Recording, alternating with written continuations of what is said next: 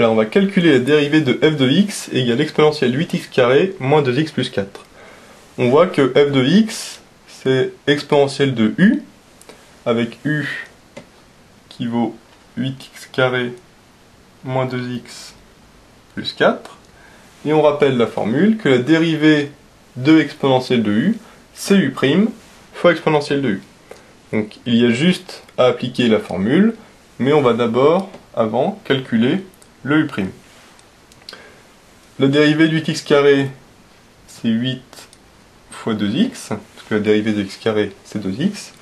La dérivée de moins 2x, c'est moins 2, et la dérivée de 4, c'est 0.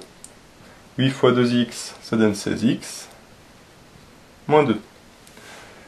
Et il ne reste plus qu'à appliquer la formule f' de x égale u' fois exponentielle de u égale u', c'est 16x moins 2, et exponentielle de u, c'est 8x carré moins 2x plus 4. Tout simplement.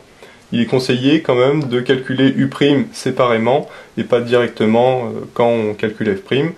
On met d'abord u' égale, et après on applique la formule tout simplement.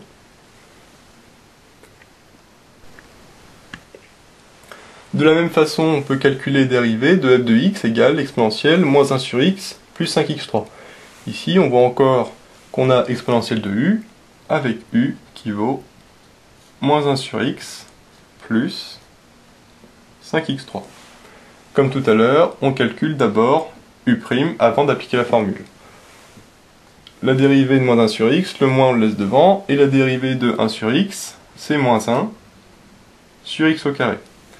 Et la dérivée de 5x3, le 5 on le laisse, et la dérivée de x3, c'est 3x carré. Du coup, u' ça vaut moins moins, ça fait plus, ce qui nous donne 1 sur x carré, plus 5 fois 3, 15, x au carré. On peut le laisser comme ça.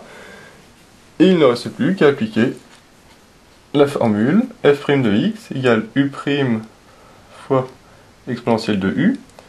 U', c'est 1 sur x carré plus 15 x au carré, fois exponentielle de u, et le u, ça valait moins 1 sur x plus 5x3.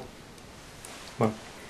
Donc là on voit l'intérêt de calculer le u' séparément, parce que ici u' c'était pas forcément évident. Vaut mieux le calculer séparément et après le remplacer dans la formule.